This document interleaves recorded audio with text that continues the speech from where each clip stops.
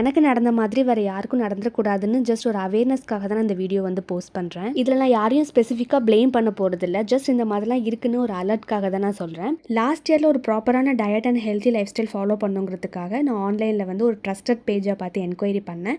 So அவங்கக்கிட்ட என்னோட needs and body medical conditions எல்லாத்தையும் எக்ஸ்பிளைன் பண்ணிவிட்டு எனக்கு இதுக்கு ஸ்பெசிஃபிக்காக வந்து டயட் சார்ட் வேணும் அண்ட் எனக்கு பர்சனல் ட்ரெயினரும் கூட வேணும்னு சொல்லி நான் அதுக்கான அமௌண்ட்டும் வந்து நான் பே பண்ணிட்டேன். அவங்க ஒரு 2 days வந்து வெயிட் பண்ண சொன்னாங்க. பிகாஸ் உங்களுக்கு கஸ்டமைஸ் பண்ணி நாங்கள் டயட் சார்ட் ரெடி பண்ணணும் அப்படின்னு சொல்லிட்டு ஓகேன்னு சொல்லி நான் ஒரு 2 days வெயிட் பண்ணேன்.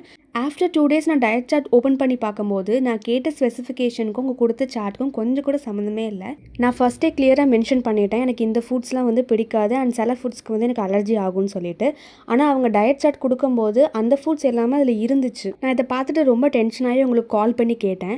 அதுக்கு அவங்க கொடுத்த ஆன்சர் தான் எனக்கு ரொம்ப ஷாக்கிங்காக இருந்துச்சு.